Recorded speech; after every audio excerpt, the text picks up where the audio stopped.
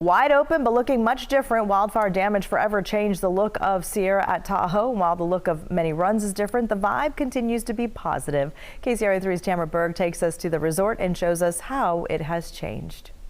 The Caldor fire came in, took out trees, lifts, and left a huge scar on Sierra at Tahoe. But with a little patience and resilience, the resort was able to fully open for the 2022-23 season. It's a different experience for sure.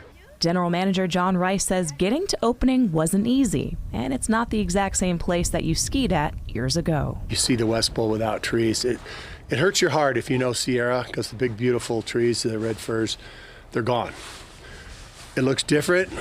Despite the difference, people are coming in packs and seeing firsthand how the fire changed the resort. Yeah, it's sad seeing all the just burnt down trees, all the empty space, but I still love it here. The other thing to love is all of the snow. More than 370 inches of snow, the most they've ever had this time of year. Getting the snow actually was good for us to be able to open the whole mountain and show people that we could come back. And come back they have, despite some operational setbacks due to heavy snow, wind, and ice early in the season.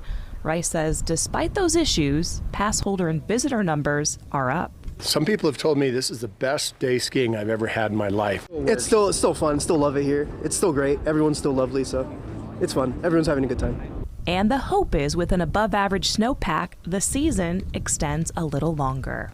In Twin Bridges, I'm Tamara Berg, KCRA 3 News. The resort is right off of Highway 50 in Twin Bridges. You can't miss it as you're heading to South Lake Tahoe. It's open 7 days a week. Sierra at Tahoe has skiing, snowboarding, tubing, and snow play available.